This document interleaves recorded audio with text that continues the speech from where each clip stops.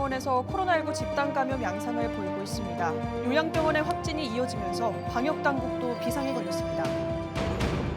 무동력 카트형 놀이기구인 루지를 타는 체험장이 요즘 인기입니다. 경주에서 7살 어린이가 루지를 타다 전복돼 숨지는 사고가 발생했습니다. 여러분 안녕하십니까? 포항 MBC 뉴스데스크입니다. 포항에서 오늘 정오 기준 코로나19 확진자가 42명 발생해 방역당국이 조사에 나섰습니다. 포항시에 따르면 포항시 북구에 있는 한 체육관과 관련해 원생과 가족 등 20명이 확진됐고 타 지역 접촉자 6명 등이 확진 판정을 받았습니다.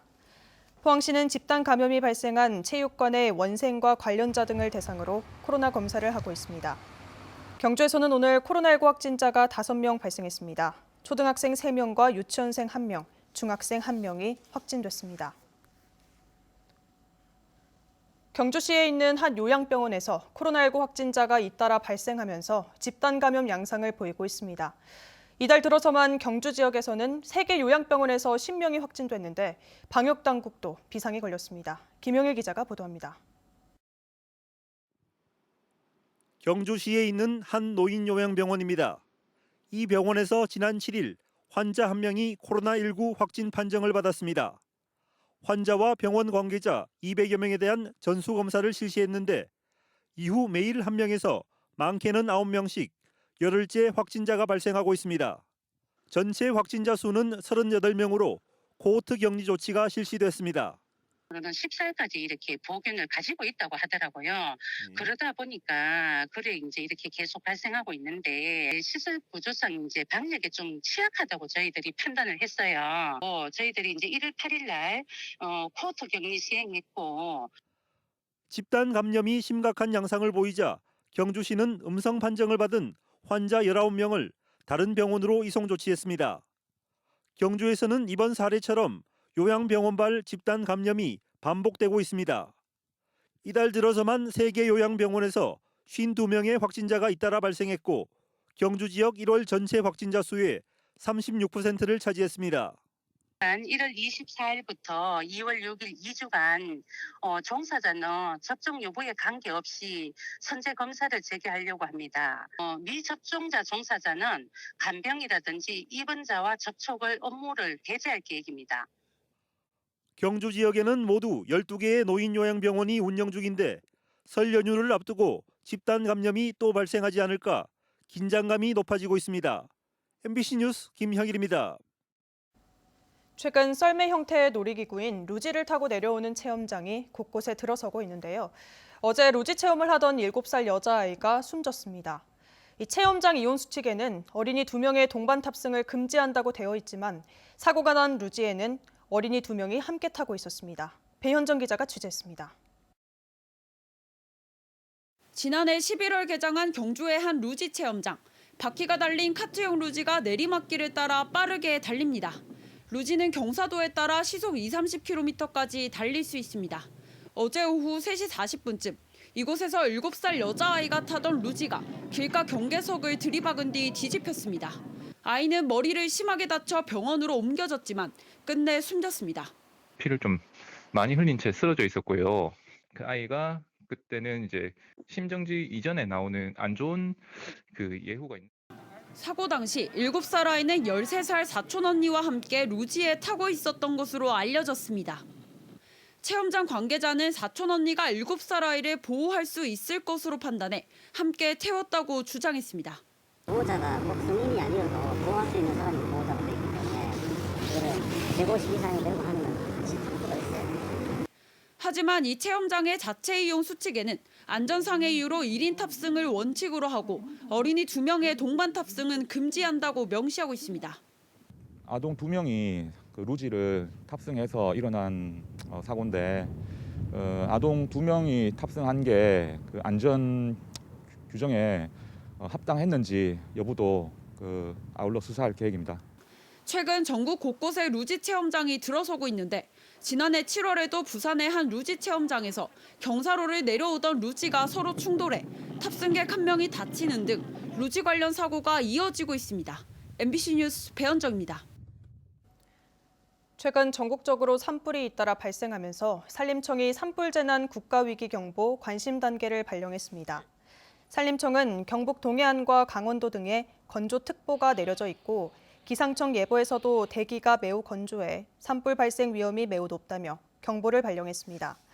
올 1월 들어 전국에서는 모두 35건의 산불이 발생해 16헥타르의 산림이 피해를 입었는데 이는 평년 대비 3배 이상 증가한 수준입니다. 산불 재난 위기경보는 정도에 따라 관심, 주의, 경계, 심각 순으로 발령됩니다. 대구지방환경청은 오는 19일부터 2월 9일까지 환경오염물질 배출 시설에 대한 특별 단속을 합니다. 악성 폐수 등 불법 배출이 우려되는 사업장을 중점적으로 점검하고 상수원 수계나 산업단지 같은 환경오염 취약 지역에 대한 순찰을 강화합니다.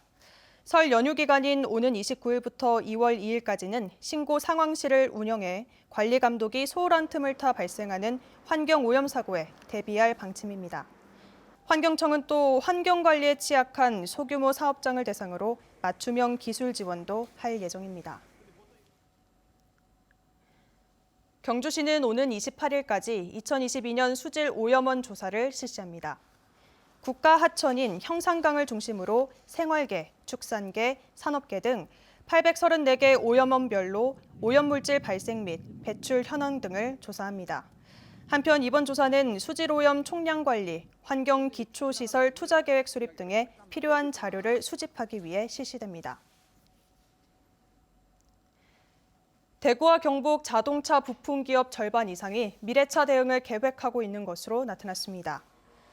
대구경북연구원이 발표한 대구경북 미래차 전환 연구 결과에 따르면 지역 차 부품 기업 57.1%는 미래차 대응 계획이 있는 것으로 조사됐습니다. 미래차 개발 계획이 있는 기업 가운데 45.6%는 자체 판단으로, 43.2%는 수요 고객의 권유나 협력을 위해 이 분야의 진출을 추진하고 있습니다. 대구경북연구원은 지역 자동차 부품업체가 미래차 분야에 성공적으로 진출하려면 기술 개발을 비롯해 사업화, 판로 개척, 인력 양성을 포함한 종합지원센터를 구축하는 등 다양한 전략을 수립해야 한다고 제안했습니다. 오늘도 강추위 속에 경북 동해안엔 건조경보가 발효 중인데요. 내일 아침은 오늘보다 더 춥겠습니다. 조주경 기상캐스터입니다. 한 주의 시작부터 추위의 기세가 매섭습니다. 오늘 포항의 아침 기온은 영하 4.2도로 시작했는데요. 한낮에는 영상 4도에 머물면서 낮에는 체감상 0도 아래 머물며 종일 추웠습니다. 내일도 추운 날씨는 이어지겠습니다. 옷차림 따뜻하게 챙겨 입으셔야겠습니다. 경북 동해안 전 지역에는 건조 경보가 이어지고 있습니다. 찬바람을 타고 작은 불씨가 큰 화재 사고로 이어질 수 있으니까요. 불씨 관리 철저하게 해주시기 바랍니다. 이어서 자세한 내일 날씨 보겠습니다. 내일 아침 기온은 영하 8도에서 영하 6도 분포로 오늘보다 2도에서 3도가량 낮게 출발하겠고요. 한낮에는 3도에서 5도 분포로 오늘과 비슷하거나 2도 정도 낮은 곳이 있겠습니다. 울릉도와 독도에는 강풍특보가 발효 중인 가운데 내일도 흐린 하늘이 이어지겠습니다. 아침 기온 울릉도 영하 3도, 독도 영하 1도로 시작하겠고요. 한낮에는 울릉도 0도, 독도 1도까지 오르겠습니다. 동해 바다에서는 너울성 파도가 계속해서 일겠습니다. 각별한 주의해 주셔야겠습니다. 바다의 물결은 전해상에서 최고 4m까지 먼 바다를 중심으로 높게 일겠습니다. 이번 추위는 주 중반까지 이어지다가 금요일 낮부터 차츰 오름세를 보이면서 토요일에는 영상권을 회복하겠습니다. 날씨였습니다. 포항시는 올해 시민을 위한 맞춤형 복지 서비스를 강화한다고 밝혔습니다. 시는 최중증 장애인을 대상으로 시행 중인 24시간 활동 지원 서비스의 지원 대상을 지난해 10명에서 올해 13명으로 늘릴 예정입니다.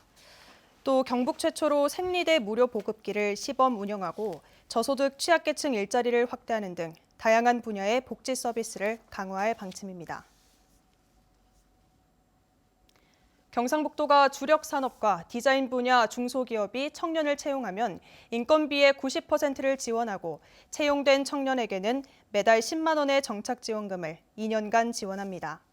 청년 채용 규모는 지능형 디지털 기기, 첨단 신소재 부품 가공, 친환경 융합 섬유 소재 등의 중소기업은 21개 시군에서 418명이고 디자인 분야 중소기업은 17개 시군에서 청년 디자이너 10명을 선발할 수 있습니다.